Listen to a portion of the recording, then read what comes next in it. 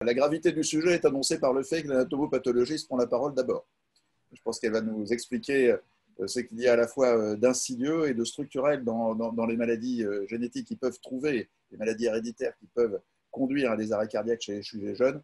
C'est un sujet qu'elle connaît depuis de nombreuses années et qui malheureusement reste, comme je l'ai dit, un sujet d'actualité, je ne dirais pas quotidien, mais en tout cas extrêmement fréquent et particulièrement, je dirais, dur pour les familles, pour les équipes qui les prennent en charge.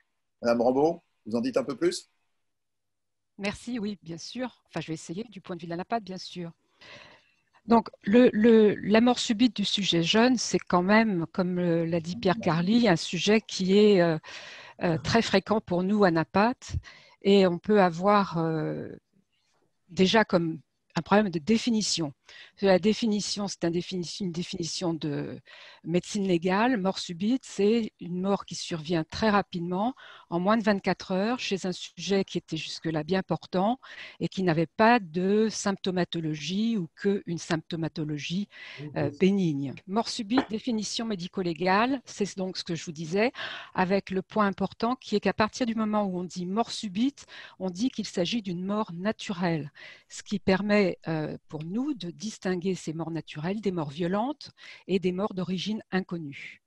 Et puis, il y a aussi la définition de la mort subite qui est d'origine cardiaque, où là, c'est exactement la même chose, mais c'est plus 24 heures de délai, c'est moins d'1 heure. Et c'est toujours le sujet en bonne santé apparente ou avec une pathologie en apparence bénigne. Donc, le rôle de l'anapath va déjà être, dans un premier temps, de vérifier que le sujet est bien mort. S'il y a des signes positifs de la mort, ça ne fait aucun doute, mais si on fait une autopsie très précoce, ce qui est quand même de plus en plus rare, eh ben, il faut s'assurer que le sujet est bien mort et non pas le réveiller sous le couteau de l'anatomiste comme il faisait au XIXe siècle. On peut également maintenant s'aider d'un scanner complet du corps, voire d'un scanner uniquement thoracique. Et si on a le temps entre le moment où on reçoit le corps dans le service et le moment où on fait l'autopsie, eh bien, on essaye vraiment de faire ces scanners parce que c'est une grande aide. Et puis, l'autopsie se fait avec tous les moyens techniques nécessaires et utilisables de l'hôpital. Donc, on va faire un prélèvement de sang sur tube sec pour faire une CRP, une procalcitonine. On va faire des prélèvements bactériologiques, au moins la rate et le poumon. La rate, c'est un équivalent d'une hémoculture. Le poumon, parce que c'est quand même une cause très fréquente de pathologies aiguës et éventuellement orienter d'autres prélèvements en fonction de la pathologie préexistante, si tant est qu'il y en avait une. On fait également des prélèvements virologiques, le liquide péricardique et un fragment de cœur. Et puis on fait la toxicologie qui est tout à fait systématique, même dans les autopsies médicales, parce qu'on ne sait jamais ce que ces autopsies peuvent devenir. Et le bon adage qui a été fixé par mon maître, le professeur Durigon, est qu'une autopsie ne se fait bien qu'une fois.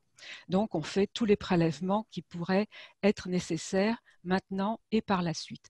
Et bien sûr, au milieu de tout ça, il y a les prélèvements à visée génétique avec du sang, un fragment de rate, au moins 1 cm3, et un fragment de cœur, avec idéalement une conservation à moins 80 degrés. Si on n'a pas du moins 80, on peut conserver à moins 20 degrés en sachant que le délai d'utilisation doit être plus court. Alors, les apports de l'autopsie, bon, c'est sûr que c'est une grande aide, ne serait-ce que pour avoir le cœur dans la main, il faut quand même ouvrir le corps. Alors, il y a forcément un rôle de diagnostic. Contrôle de la qualité des soins, en fait, ça ne s'applique pas pour ce sujet mort subite, mais on a aussi un rôle d'enseignement et puis l'épidémiologie. Et puis, on va chercher bien sûr toutes les causes de mort subite. C'est un diagnostic d'élimination. Au fur et à mesure de l'autopsie, on va envisager tout ce qui pourrait être responsable d'une mort subite. Alors, l'autopsie, elle peut être soit médicale, soit médico-légale. Si elle est médico-légale, ça peut être par réquisition dans le cadre de l'article 74 du Code de procédure pénale ou bien par une ordonnance si c'est déjà passé en instruction. Si on est dans la voie médico-légale, l'autopsie, la réquisition d'autopsie ne couvre que l'acte macroscopique. Pour faire l'examen anapathe, il faut une autre réquisition ou une autre ordonnance, et la génétique ne peut être faite qu'avec l'autorisation du procureur et de la famille. Si on est dans la voie médicale, on est sous le régime du consentement explicite présumé. Consentement présumé pour la recherche des causes de la mort. C'est-à-dire que le sujet majeur a la possibilité de son vivant de s'inscrire sur un registre national automatisé de refus d'un tel prélèvement. Si quand le sujet meurt, on va donc interroger le registre des refus pour savoir s'il s'y était inscrit et si on peut faire une autopsie. S'il n'est pas inscrit et si la famille n'est pas joignable, l'autopsie, donc, c'est consentement présumé. L'autopsie sera faite et on avisera les proches quand ils seront disponibles. S'il y a une famille autour du corps, eh bien, on va s'efforcer de recueillir le témoignage de la volonté du défunt avant qu'il ne meure, en demandant l'autorisation à la famille. L'examen des caractéristiques génétiques de la personne décédée ne peut se faire en matière civile que si cette personne décédée n'avait pas donné son accord écrit de son vivant. Donc, c'est-à-dire qu'en principe, quand on est en post-mortem d'une mort subite chez un sujet jeune, on se trouve coincé par le fait qu'il n'a quasiment jamais pris de résolution écrite sur ce qu'il pensait, s'il autorisait des prélèvements à visée génétique et l'exploitation de ces prélèvements à visée génétique. Ce qui revient à dire qu'en fait, il faut qu'on ait l'autorisation de la famille pour utiliser ces prélèvements. Ces prélèvements, donc, je vous ai dit qu'on les congelait à moins 80, ça veut dire qu'on fait une collection d'échantillons biologiques et que la mise en place d'une telle collection nécessite une déclaration auprès du ministre de la Recherche et du Comité de protection des personnes et que la CNIL doit être avisée. Donc, la prise en charge post-mortem, ça va être tout d'abord d'éliminer les causes de mort naturelle, causes de mort naturelle non cardiaques. Alors, qu'est-ce qui peut faire mourir très vite en 1 heure? Eh bien, ce sont des causes cérébrales, hémorragie méningée ou hémorragie intracérébrale, des causes respiratoires comme un asthme ou une bronchopneumonie aiguë, donc un Covid, l'épidémie qu'on a actuellement, un choc hémorragique avec une rupture d'anévrisme aortique ou un ulcère qui claque, une embolie pulmonaire brutale et massive, ou bien encore un choc septique. Et puis, on a l'examen du cœur. L'examen du cœur, ça commence par l'examen du péricarde, de sa cavité, les gros vaisseaux de la base. On va ouvrir l'artère pulmonaire, on la coupe à 3 cm au-dessus de son orifice après avoir vérifié la perméabilité de ses branches droite et gauche.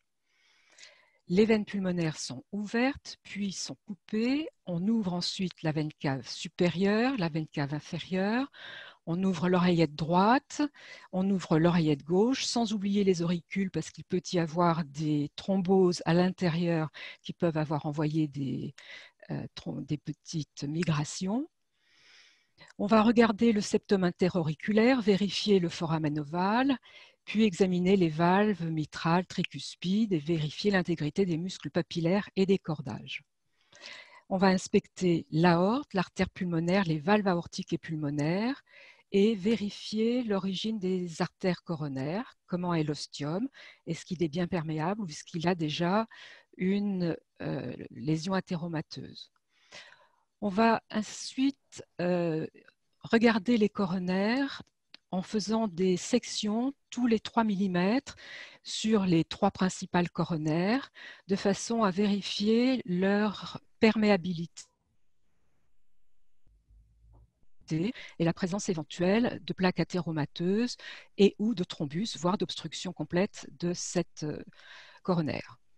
Si les coronaires sont très calcifiés, il est recommandé par le Collège européen des pathologistes de faire une décalcification avant de les ouvrir en transversal. Effectivement, quand on essaye de les couper, on bute parce que le calcium est extrêmement dur. C'est comme quand il y a un stent, on peut, nous, pathologistes, pas couper et on peut faire une radio de l'artère avec le stent en place avant d'aller plus loin, ce qui rend quand même de grands services.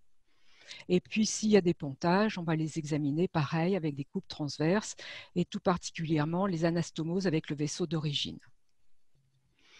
On va ensuite mesurer la taille de ce cœur qu'on prend avec le diamètre vertical et le diamètre transversal.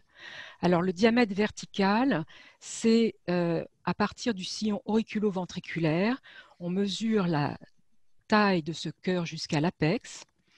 Ça, c'est le diamètre vertical. Et le diamètre transversal est mesuré ici au niveau du sillon auriculo-ventriculaire. Là, vous avez un cœur sur sa face antérieure et ici sur sa face ventrale.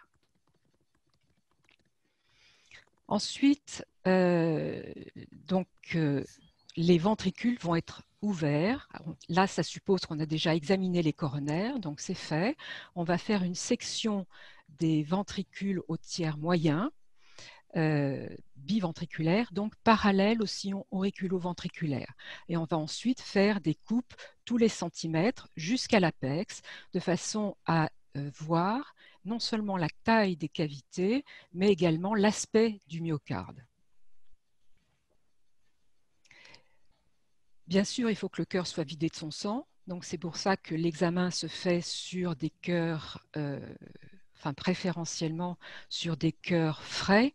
Faire un examen sur un cœur qui est fixé, c'est vraiment difficile parce que le sang est tout coagulé à l'intérieur des cavités et la fixation formolée durcit le muscle cardiaque, ce qui fait qu'on n'arrive plus bien à mesurer les circonférences des différents orifices et le poids du cœur également est perturbé. Donc on va peser ce cœur complètement vidé et on le compare aux tables en sachant qu'on a des tables qui nous donnent le poids pour la taille et le poids du corps du sujet.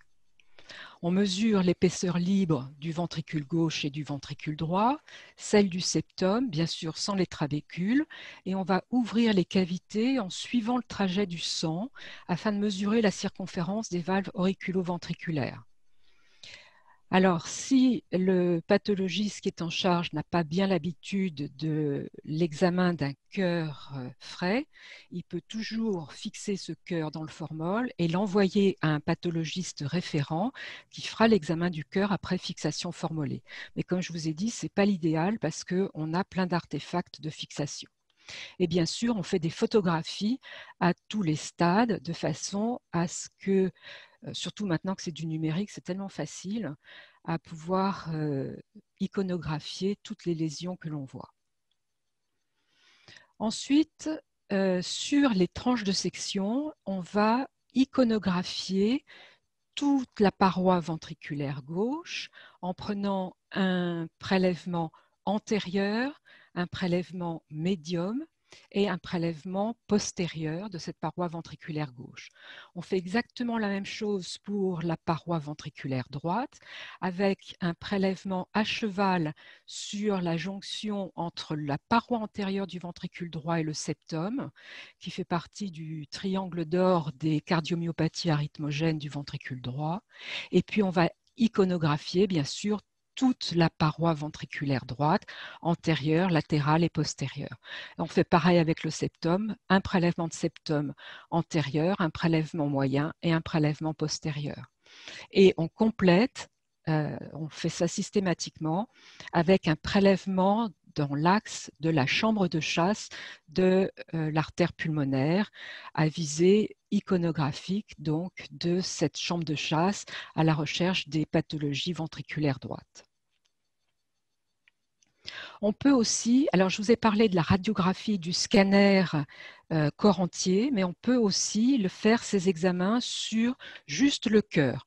On peut le radiographier, on peut l'angiographier, c'est-à-dire injecter du produit de contraste dans les coronaires, et puis on peut le passer au scanner donc comme une pièce anatomique. Ça peut rendre de grands services. Et voilà quelques exemples des pathologies que l'on peut trouver. Donc, dès l'ouverture du péricarde, on voit un cœur qui est énorme avec une paroi péricardique bleu-violacée et on a une mare de sang. Donc là, on a tout de suite la cause du décès, on est très content. Dans ce cas précis, c'était une dissection de l'aorte, mais ça peut aussi être une rupture d'un infarctus du myocarde. Ensuite, l'examen des coronaires, on regarde les ostias et vous voyez qu'ici, là, on a les sigmoïdes de l'orifice aortique, la troisième étant coupée en deux, et voilà les ostias des coronaires. Chaque ostium devrait normalement être sur une valve séparée, une valve latérale, droite et gauche. Or là, les deux ostias sont côte à côte. Donc ça, c'est une anomalie de l'origine des coronaires. Et en faisant le trajet, on peut voir des zones de passage d'une coronaire coincée entre l'aorte, le tronc de l'aorte et le tronc de l'artère pulmonaire. Et c'est une cause de mort subite. L'examen des coronaires chez un sujet pas forcément très âgé, même moins de 40 ans, peut montrer des lésions athéromateuses de ce type.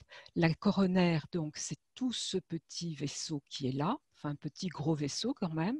De ce qui est perméable, c'est juste ce petit orifice. Tout le reste est obstrué par une volumineuse plaque athéromateuse. Ces lésions athéromateuses, quand elles sont de cette importance-là, elles sont cause directe du décès, considérées comme cause directe du décès parce que pouvant être responsables d'un syndrome coronarien aigu. Et on a quand même quelquefois la chance de trouver la vraie lésion d'infarctus du myocarde sur ici cette paroi ventriculaire gauche postérieure et la partie postérieure du septum, un petit peu du ventricule droit également. Vous voyez cette texture du myocarde qui est rouge, très congestive et très anormale par rapport au myocarde normal qui est ici. Mais ces lésions du ventricule gauche, ces lésions donc d'infarctus mettent au moins une dizaine d'heures à apparaître. Donc ça veut dire que le sujet on est dans le cadre d'une mort subite, soit il n'aura pas eu mal tout de suite, soit il aura négligé sa douleur et aura fait ce qui semblait être une mort subite alors qu'il avait peut-être eu mal pendant plusieurs heures auparavant. On peut avoir également une rupture de la paroi ventriculaire, ici de la paroi ventriculaire gauche, avec la zone d'infarctus ici et la zone de rupture jusque-là. Ces ruptures peuvent se faire à bas bruit chez un sujet qui n'a pas conscience qu'il a mal au thorax. On peut trouver, dans ces cas de mort subite, un cœur manifestement comme celui-ci, très dilaté, qu'on appelle convexe, trapu, et à la coupe, on a une nette dilatation des deux cavités ventriculaires. Et quand on trouve une lésion athéromateuse sur la coronaire comme ici, eh bien, on a la cause de cette cardiomyopathie dilatée qui est donc due à ces lésions coronariennes.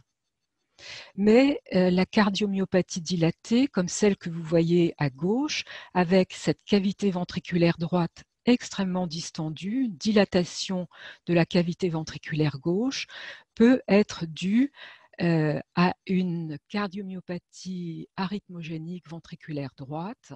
Et ça, on peut le voir, le suspecter dès l'examen macroscopique, comme ici, où on voit donc ce qui est en jaune, c'est la graisse du péricarde, en rouge, c'est le muscle ventriculaire. Ici, on est sur la paroi ventriculaire droite et vous voyez que ce muscle ventriculaire est très fin, distendu, avec des zones qui sont manifestement de pénétration du tissu adipeux à l'intérieur de ce myocarde ventriculaire. Donc ça, c'est une très forte orientation pour une cardiomyopathie arythmogène qu'il va falloir confirmer par les examen anatomopathologique qui va montrer, comme ici, une infiltration de cellules adipeuses dans la paroi ventriculaire associée à une désorganisation architecturale. Normalement, les fibres myocardiques ventriculaires sont toutes parallèles les unes aux autres. Ici, vous voyez qu'elles sont comme ceci et également dans un axe perpendiculaire, le tout avec de la fibrose qui est le tissu jaune que l'on voit sur cette diapo, et l'infiltration de cellules adipeuses qui dissocient la paroi ventriculaire. Donc c'est ça vraiment l'image caractéristique d'une cardiomyopathie arythmogène du ventricule droit, qui finalement est une pathologie relativement fréquente quand on la recherche systématiquement. Et puis, on peut avoir aussi des myocardites aigus avec comme première manifestation une mort subite. C'est pas de chance, mais ça arrive. Ici, on voit une paroi ventriculaire gauche avec les cellules myocardiques et tous les petits points noirs, ce sont des cellules inflammatoires qui sont à la fois dans le tissu interstitiel et dans le tissu myocardique, avec comme ici des cellules myocardiques qui sont grignotées par l'infiltrat inflammatoire et en voie de nécrose. Ce qu'on a ici, c'est une cellule nécrosée avec des cellules inflammatoires qui sont à l'intérieur de ce qui était son cytoplasme. Dans les morts subites du sujet jeune, on a aussi la cardiomyopathie hypertrophique avec là aussi un cœur qui est court, trapu, convexe sur les deux bords et on sent déjà que le ventricule gauche paraît plus épais que le ventricule droit et à la coupe, ça se confirme avec une nette augmentation de l'épaisseur du myocarde ventriculaire gauche comme du septum, avec un ventricule droit qui ici est normal. À l'histologie, on a une désorganisation architecturale avec ce qui est très caractéristique, ces noyaux à coins carrés, comme ici, avec une anisocariose, c'est-à-dire que la taille normale du noyau d'un myocyte, c'est à peu près comme ceci. Et là, on voit que ces noyaux sont 5 à 6 fois plus gros. Ça peut aller jusqu'à 10 fois la taille du myocyte normal. Donc, inutile de vous dire que quand on trouve ces lésions-là, on est très content quand on est un pathologiste parce qu'on a une cause de mort à proposer aux proches. Et puis, les cas beaucoup plus rares de non-compaction du ventricule gauche le plus souvent, avec ces indentations de... Alors, c'est difficile à photographier parce qu'il faudrait avoir que des photos à très faible grossissement, puisque la caractéristique est d'avoir un myocarde compacté qui est peu épais, et tout ça, c'est du myocarde qui est non compacté, c'est-à-dire qui forme des trabéculations jusqu'à l'intérieur profondément de ce myocarde. Et juste pour vous rappeler, à la fin, on est à la fin du topo, qu'on a plein d'autres examens à faire, à ne surtout pas oublier, toxicologie, génétique, biologie, microbiologie et virologie, si on veut avoir un aspect complet de la mort du sujet. Donc en conclusion, c'est souligner l'importance d'un diagnostic chez le mort pour les vivants, parce que ça veut dire risque de reproduction dans la famille, donc adresser les vivants chez le cardiologue pour dépistage d'une pathologie éventuellement héréditaire. Il faut savoir aussi que l'autopsie ne met en évidence que ce qui laisse des traces macroscopiques, d'où le problème des arythmies sans substratum anatomique qui ne peuvent être diagnostiquées que sur la génétique. Donc quand on a une mort subite d'un sujet jeune et qu'on ne trouve pas de cause de mort, on devrait pouvoir faire systématiquement une analyse génétique à la recherche de ces pathologies rythmiques sans substratum anatomique. Donc, bon, ça je vous l'ai déjà dit, ça nécessite d'avoir éliminé toutes les autres causes de mort subite pour décider que la mort subite est d'origine cardiaque. Et on doit faire en post-mortem tout ce que l'on sait faire quand le sujet est vivant. Les seules choses qui ne nous sont plus accessibles, c'est l'ECG et l'échographie. Et ne pas oublier les prélèvements conservatoires, qu'une autopsie ne se fait bien qu'une fois. Voilà, je vous remercie. C'était tout ce que j'avais à vous dire. Merci beaucoup. Je pense que c'était tout à fait remarquable et on a eu l'impression de faire une autopsie avec vous. Si je peux me permettre, je voudrais revenir sur la définition que vous avez donnée de la mort subite d'origine cardiaque, Oui, parce que vous avez dit qu'il s'agissait d'un patient qui faisait une mort dans la première heure pour un patient non connu pour une pathologie cardiaque. mm, oui, Mais avec cette définition, on passe à côté des morts subites rythmiques chez des patients qui ont des pathologies rythmiques qui ne sont pas connues, justement. oui, Parce que non. Non, parce que si on ne trouve rien à l'autopsie, on a ce qu'on appelle une autopsie blanche avec un cœur macroscopiquement normal. Dans ce cas-là, on devrait pouvoir faire systématiquement une analyse génétique à la recherche de ces pathologies dysrythmiques. on est d'accord. On est d'accord. Donc, effectivement, euh, ça n'exclut pas qu'un patient de la sorte est une mort subite d'origine cardiaque. Ah, tout à fait.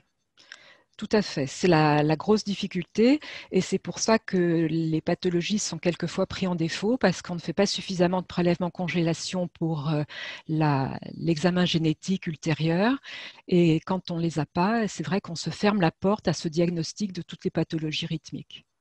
Très bien. Et s'agissant de ce genre de patient, vous avez dit on prend un fragment du cœur. Alors, vous nous avez montré des très belles images avec les fragments du cœur que vous prenez. Et c'est aussi systématiquement fait quand le cœur apparaît normal macroscopiquement. Oui, ça doit être fait de façon systématique sur une tranche complète du cœur.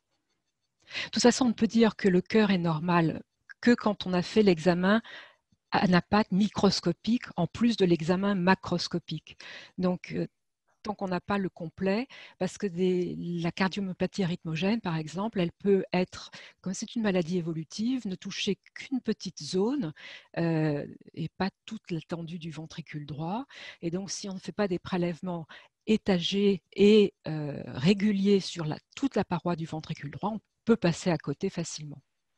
J'ai une dernière petite question plus pratique. Est-ce que quand vous faites une autopsie comme ça d'un patient décédé, euh, vous avez un contact avec le clinicien ou les cliniciens qui suivaient le patient avant pour savoir un peu s'il y avait une orientation diagnostique et ce que vous devez ou pouvez rechercher?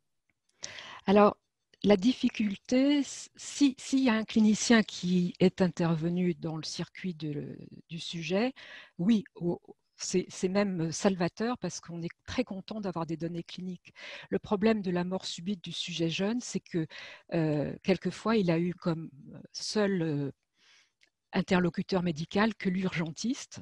Et donc, on a besoin des feuilles de réanimation des urgentistes du SAMU ou des pompiers qui sont intervenus parce que c'est important pour nous de savoir s'il y a eu récupération d'une activité cardiaque au cours des manœuvres de réanimation, en sachant que les cœurs pathologiques, très souvent, même avec un arrêt cardiaque qui est massé dès le début, on ne va pas avoir de reprise d'activité cardiaque.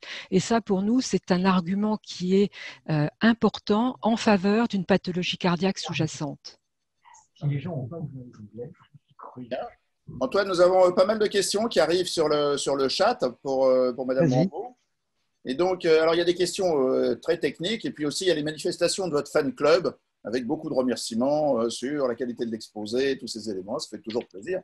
Donc, on les cite. Il y a des questions un peu plus, je dirais, un petit peu plus techniques.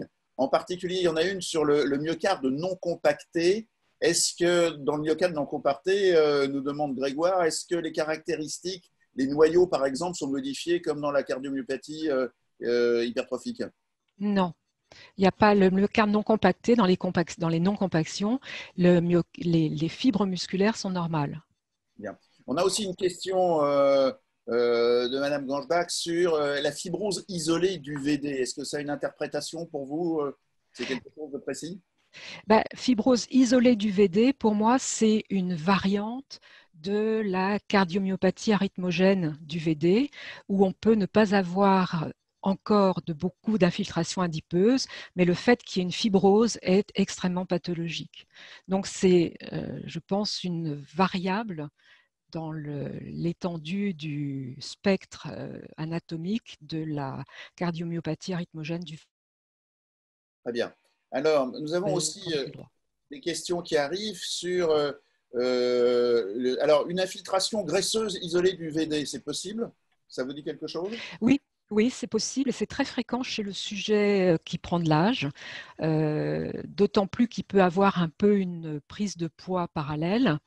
Et 80-60% des gens ont une infiltration adipeuse du ventricule droit, dont on se contente de dire qu'elle existe, mais on ne lui donne pas de rôle pathologique.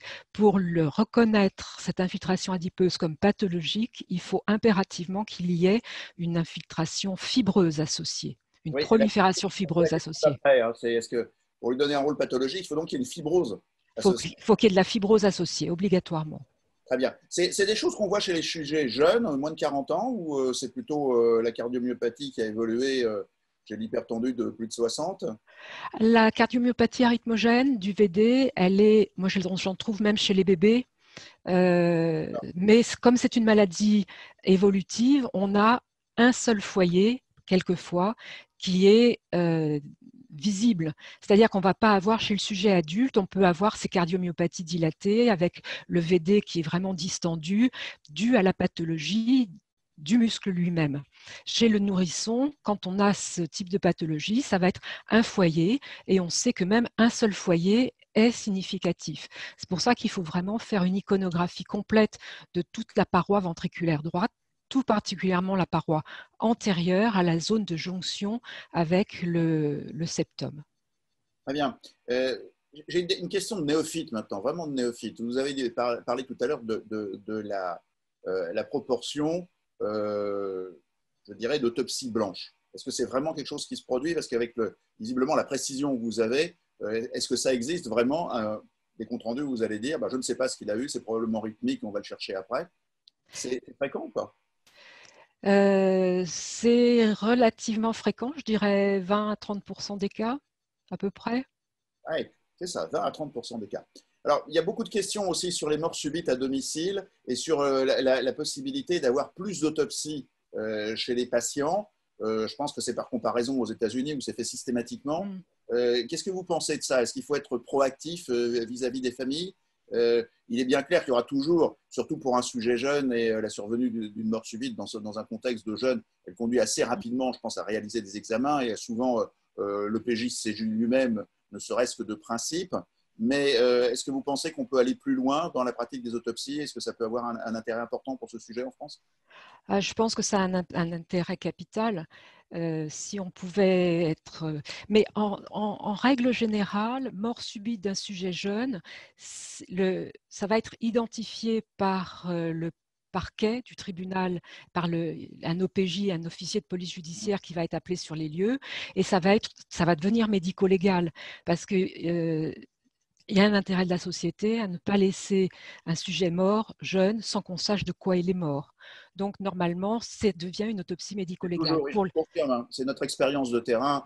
La mort du sujet jeune interpelle systématiquement et l'OPJ, ne serait-ce que par esprit de système, mettra une opposition et Voilà. ce qu'il y a une suite. Ensuite, ça ne veut pas dire qu'il y a des responsables, mais en tout cas, il y aura une exploration. Il y aura une exploration. Ce qui est dramatique, c'est le cas du sujet jeune qui est laissé à domicile pour une raison X et où la famille se retrouve avec des interrogations, à savoir de pas savoir de quoi le sujet est mort et est-ce que ça peut être reproductible, est-ce qu'il y a un risque et leur difficulté à ce moment-là est d'arriver à trouver un pathologiste qui accepte de faire l'autopsie, c'est-à-dire que le corps puisse être transporté par les pompes funèbres en sachant qu'on a un délai de 48 heures entre le moment où le certificat de décès est signé et le moment où le transport doit être terminé pour amener le corps à l'hôpital.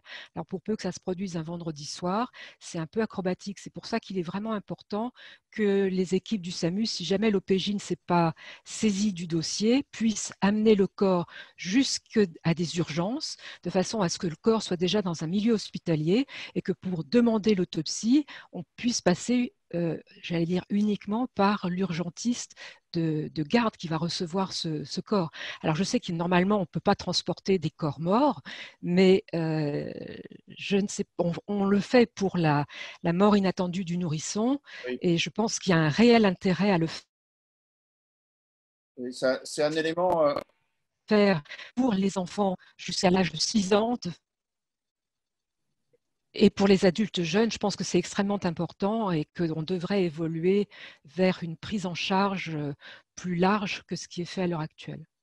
Écoutez, c'est une excellente remarque pour notre côté. Effectivement, la procédure nourrisson, on l'a malheureusement bien en tête. Celle-là permet de transporter les enfants pour avoir une analyse rapide. Mais compte tenu du sujet, il est possible qu'on puisse avoir des extensions. Les jeunes liés au Covid ont particulièrement posé ce problème. Donc, c'est vraiment d'actualité.